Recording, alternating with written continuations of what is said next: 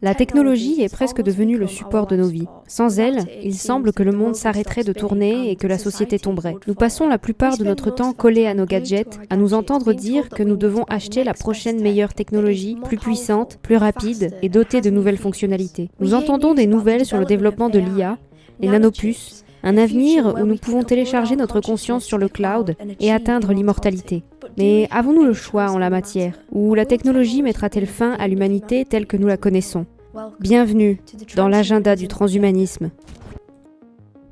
Le transhumanisme est la croyance que la race humaine peut évoluer au-delà de ses limites actuelles, mentales et physiques, grâce aux moyens de la science et de la technologie. Le transhumanisme est une croyance philosophique. C'est une philosophie, et c'est assez récent aussi. Par exemple, les Principes de l'extropie, rédigés en 1990, résument les valeurs et les convictions fondamentales du transhumanisme. Et ce serait le premier document explicite du transhumanisme et du concept du transhumanisme tel que nous le connaissons aujourd'hui. Une définition du transhumanisme est le mouvement intellectuel et culturel qui affirme la possibilité et l'opportunité d'améliorer fondamentalement la condition humaine par l'application de la raison, en particulier en développant et en rendant largement disponibles des technologies permettant d'éliminer le vieillissement des capacités physiques et psychologiques. Ainsi, la principale croyance du transhumanisme est d'améliorer la race humaine ou de supprimer ses limites afin que l'humanité puisse évoluer vers quelque chose de bien plus grand, de bien meilleur, et que nous puissions vivre éternellement sans être limités par la maladie. Nous deviendrions post-humains. Nous deviendrions plus qu'humains. Nous deviendrions essentiellement l'équivalent de Dieu, d'après certains. Ces barrières de l'humanité seront supprimées par la technologie et la science. Il est dit que tout ceci peut être réalisé par la science et la technologie, qui inclut les médicaments, la nanotechnologie, les biopuces, le clonage, la bionique, l'intelligence artificielle, et bien plus encore. Nous en avons déjà vu des exemples, avec le développement par Elon Musk de l'intelligence artificielle. You want to have a device that you can basically put in your head and feel and look totally normal, but it solves some important problem in your brain or spine. Nous l'avons aussi vu avec l'augmentation des micropuces. Les gens sont encouragés à s'intéresser aux micropuces qui rendront leur vie tellement plus facile. I have two microchip implants, one on the right and one on the left. I got the micro implants because I wanted to be part of the future. Il en va de même avec l'intelligence artificielle, qui est présente dans des appareils d'aujourd'hui, comme les téléviseurs intelligents d'aujourd'hui et tout ce qui s'y rattache. Alexa, Siri, toutes ces choses sont de l'intelligence artificielle. Cependant, la principale préoccupation du transhumanisme, c'est qu'il semble qu'il n'y ait pas vraiment de choix en la matière. On s'attend à ce que tout le monde suive cet agenda, en voulant devenir plus qu'un simple humain, en voulant se lier avec les machines. Si vous ne voulez pas prendre part à ça, eh bien, j'ai peur que vous n'ayez pas beaucoup de choix. Car c'est quelque chose qui est encouragé sur tous les fronts. C'est essentiellement chercher la fin de l'humanité telle qu'on la connaît aujourd'hui, pour évoluer vers quelque chose de bien meilleur. Donc, si l'humanité devait être anéantie, ce n'est pas un problème, car ça signifie qu'on peut se reconstruire en quelque chose de plus grand. Le transhumanisme n'est qu'une partie du puzzle. Car une fois qu'on évolue vers quelque chose de plus grand, on devient post-humain et on entre dans le post-humanisme. Le post-humanisme est le dépassement des limites qui définissent les aspects les moins désirables de la condition humaine, ce qui inclut le vieillissement, la souffrance de la maladie et la mort elle-même. Les post-humains ne souffriraient plus de ces problèmes qui affligent l'humanité. Ceci est décrit en soi comme une liberté morphologique, où les humains auront une plus grande capacité physique et une plus grande liberté de forme. Les post-humanistes croient que nous aurons un quotient intellectuel plus élevé et de meilleures capacités cognitives, que nous serons des super-ordinateurs sur les ordinateurs, que nous serons tous des super-héros des films de science-fiction et que nous serons fondamentalement les meilleurs que nous puissions jamais être. Le transhumanisme et le post-humanisme ne sont pas vraiment que des philosophies. Certains disent que c'est un agenda, qu'ils font partie d'un plus grand plan qui veut en effet être réalisé. Et beaucoup de gens ne réalisent pas que cela peut avoir lieu. Pour certains, le transhumanisme semble merveilleux. Une vie où nous pouvons vivre fusionnés avec la technologie, une vie où nous ne sommes pas liés à cette terre par la maladie ou la faim. Notre conscience peut même être téléchargée sur le cloud et nous pouvons vivre pour toujours, comme une sorte d'humain cyborg. Mais laissons ça de côté pour l'instant. Les vrais objectifs de l'agenda transhumaniste sont essentiellement la fabrication de l'évolution humaine, l'ingénierie humaine, la suppression de la divinité elle-même de l'humanité, afin que l'humanité perde son utilité. Le divin sera séparé de l'humain, et nous n'aurons plus notre moi naturel. Les humains deviendront des machines. Il sera impossible de faire la différence entre chacun d'entre nous. Les scientifiques eux-mêmes seront vénérés comme des dieux pour avoir été capables de créer une telle technologie et de développer l'humanité. Ils seront vus comme des sauveurs, ce qui en soi est un faux culte et de l'idolâtrie. Et le but principal de tout cela est de gagner plus de contrôle sur les masses elles-mêmes. Si tout le monde est comme une machine et que tout le monde consent, qu'il le veuille ou non, à ne faire qu'un avec la technologie, alors nous pouvons facilement être manipulés. We have only bits and pieces of information, but what we know for certain is that at some point in the early 21st century, all of mankind was united in celebration. We marveled at our own magnificence as we gave birth to AI. AI? You mean artificial intelligence? A singular consciousness that spawned an entire race of machines. We don't know who struck first, us or them, but we know that it was us that scorched the sky.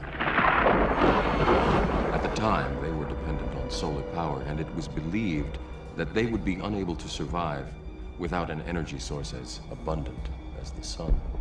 Throughout human history, we have been dependent on machines to survive. Fate, it seems, is not without a sense of irony. Disons que vous avez téléchargé votre conscience dans le cloud, comme nous l'avons mentionné. Qui gère le cloud? Ce sera ces grandes entreprises technologiques. Et une fois qu'ils vous ont, vous êtes techniquement piégé dans une machine. Avant de plonger plus profondément dans l'agenda lui-même, il est temps de jeter un coup d'œil à l'histoire du transhumanisme très brièvement. Le terme transhumanisme est censé avoir de nombreuses origines différentes.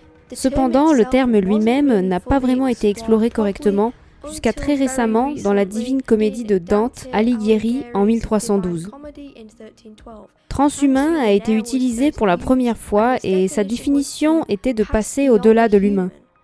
Mais cette utilisation était en termes spirituels et ne faisait pas référence à la science, à la technologie ou au fait de devenir un avec les machines, ce que nous supposerions que le transhumanisme signifie aujourd'hui. En 1935, T.S. Eliot a utilisé le terme transhumanisé dans son livre The Cocktail Party, et le terme était utilisé de manière à représenter l'illumination, plutôt que la transformation médiée par les technologies. Encore une fois, l'usage ne se référait pas aux machines en tant que telles ou au fait de devenir un avec la machine, mais avait un usage très différent. Mais comme vous pouvez le voir, le terme lui-même a toujours eu des liens avec le fait de devenir plus qu'un simple humain, devenir plus grand et meilleur. Et enfin, en 1957, Julian Huxley avait un chapitre intitulé « Transhumanisme » dans son livre « New Bottles for New Wine ». L'usage de ce terme était expliqué dans ce livre, en disant que l'homme reste un homme, mais se transcende en réalisant de nouvelles possibilités de et pour sa nature humaine. C'est ici que le transhumanisme est censé prendre racine. Le mot lui-même a été utilisé directement dans le but de devenir plus qu'un humain, transcender, être plus grand, devenir quelque chose de nouveau. Cependant, Huxley n'a pas développé ce sens en philosophie. L'usage est apparu après que le terme ait été inventé indépendamment pour le transhumanisme. En outre, on pourrait soutenir que cette recherche du transhumanisme est une philosophie en elle-même, bien qu'elle ne soit pas directement perçue comme une philosophie. Dans le passé, il y avait en effet une recherche de quelque chose de plus grand, pour faire évoluer l'humanité, en presque Dieu. Par exemple, avec la recherche de la pierre philosophale ou l'élixir de vie. Cela peut être interprété comme une forme de technologie magique, capable de transmuter les éléments, car on croyait que l'élixir de vie et la pierre philosophale pouvaient guérir toutes les maladies et conférer l'immortalité à la personne qui les utilisait. Jusqu'à aujourd'hui, où le transhumanisme est une philosophie qui est appliquée par bien des élites de ce monde. Il y a beaucoup de gens qui semblent suivre cette croyance que les humains devraient devenir plus que de simples humains. Nous devrions devenir plus que de la chair et du sang. Pendant que certaines personnes voient cela d'un bon œil parce qu'ils ont des bonnes intentions pour l'humanité, il y en a beaucoup qui voient le transhumanisme comme simplement un moyen de contrôler la population et de mettre en avant un nouvel ordre mondial. Comment cela pourrait-il être réalisé ?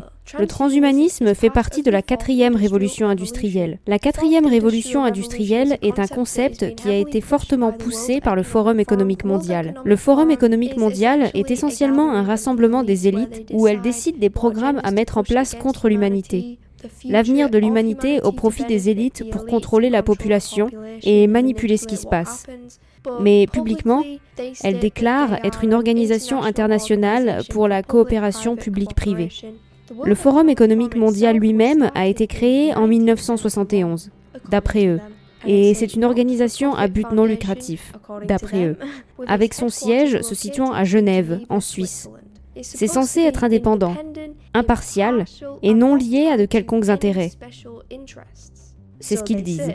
La 4e révolution industrielle est décrite comme un nouveau chapitre du développement humain, rendu possible par des avancées technologiques extraordinaires comparables à celles de la 1re, de la 2e et de la 3e révolution industrielle. La 4e révolution industrielle représente des façons entièrement nouvelles dont la technologie s'intègre dans les sociétés et même dans nos corps humains. Les exemples incluent l'édition du génome, de nouvelles formes d'intelligence artificielle, des matériaux révolutionnaires et des approches de la gouvernance qui reposent sur des méthodes cryptographiques telles que le blockchain. Le Forum économique mondial a décrit la 4e révolution industrielle comme quelque chose de très souhaitable.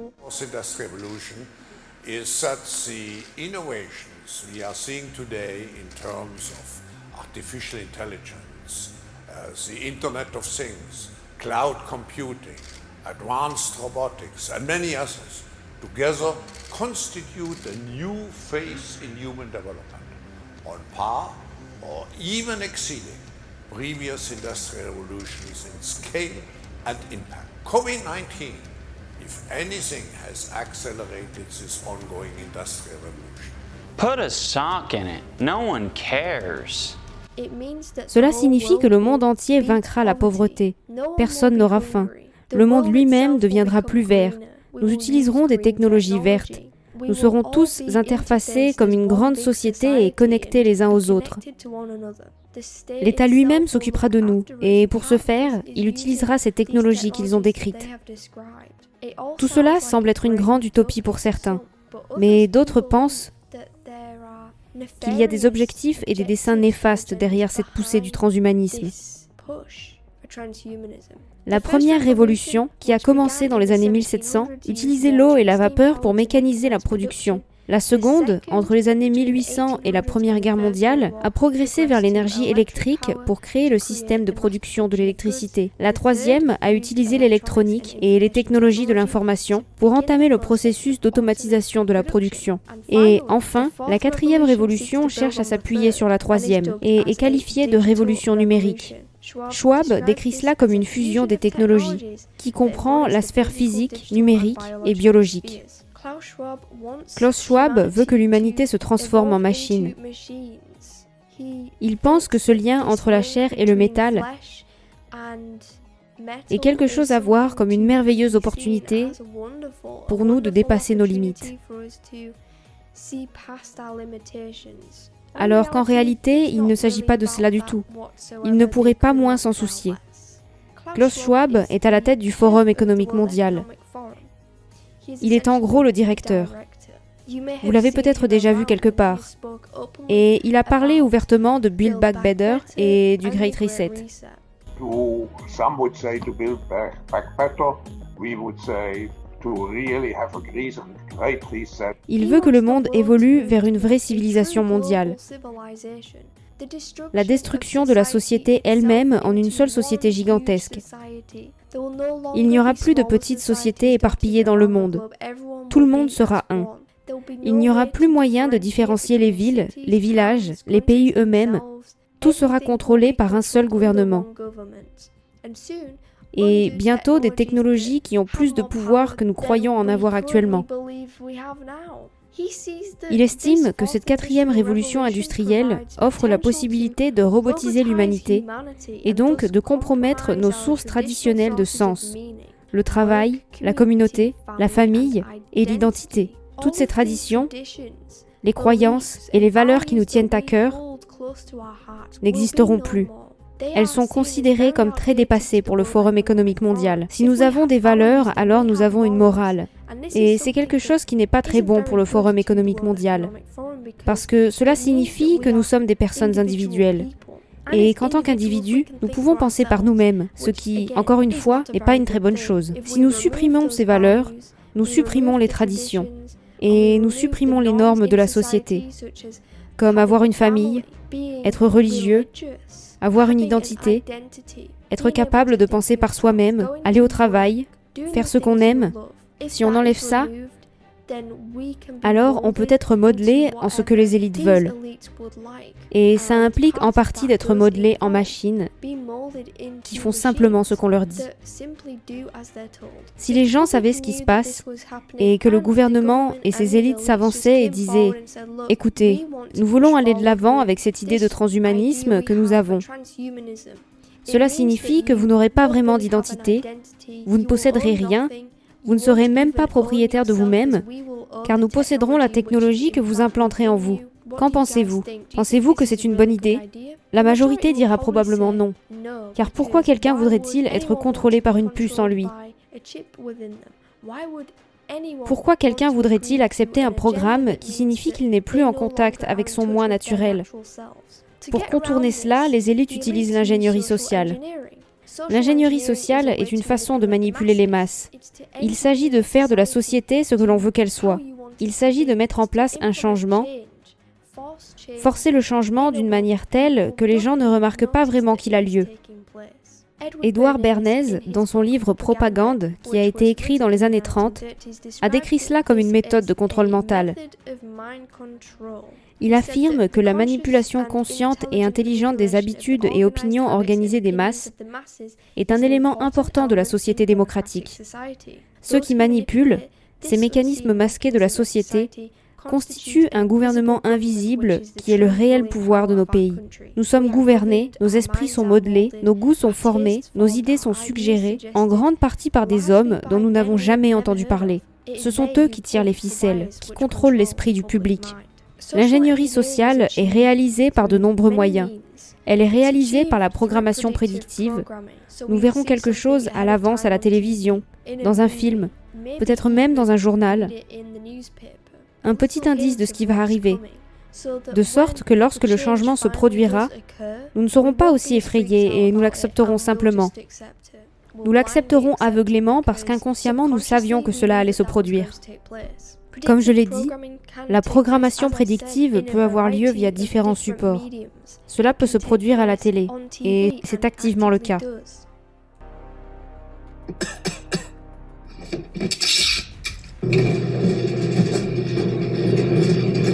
Oh, my juice loosener's never gonna come. Hey Dad, this came for you in the mail. Mother, get an extra special hug ready. I bought you a new juicer. Good Lord, flu germs entering every orifice in my head. Ça peut avoir lieu dans les films, par exemple les films sur les pandémies, les films dans ce cas-là à propos de l'IA et ne faire qu'un avec la machine. Hello, I'm David. I can do almost anything that could possibly be asked of me. L'ingénierie sociale se fait aussi par la politique, des célébrités, des personnalités publiques qui sont parmi nous et devant nous, même au-dessus de nous, nous disant ce qu'il faut croire, nous disant ce qui est acceptable et nous encourageant à penser d'une certaine façon. It's really important that people of all ages get the jab. Thank you. Hello, my name is Michael Caine. I've just had a vaccine for COVID. It didn't hurt. Not many people know that. Les célébrités elles-mêmes détiennent beaucoup de pouvoir. De nos jours, beaucoup de gens idolâtrent les célébrités et les voient comme des êtres humains merveilleux, qui devraient être vénérés. alors qu'en réalité, elles font partie d'un système pour imposer le changement et forcer le changement sur les gens, d'une manière qu'ils vont juste accepter aveuglément. I take responsibility. I take responsibility. I take responsibility for every unchecked moment. For every time it was easier to ignore than to call it out for what it was. I take responsibility. Black people are being slaughtered in the streets, killed in their own homes. These are our brothers and sisters, our friends. En ce qui concerne la politique que j'ai mentionnée, donner au public cette façade de choix, de démocratie, qu'ils peuvent choisir qui élire au pouvoir, que ces gens feront des changements qui bénéficieront au public, est une forme d'ingénierie sociale, parce qu'en réalité, les dirigeants sont choisis à l'avance et mis en place pour appliquer les changements de ceux qui sont plus haut placés.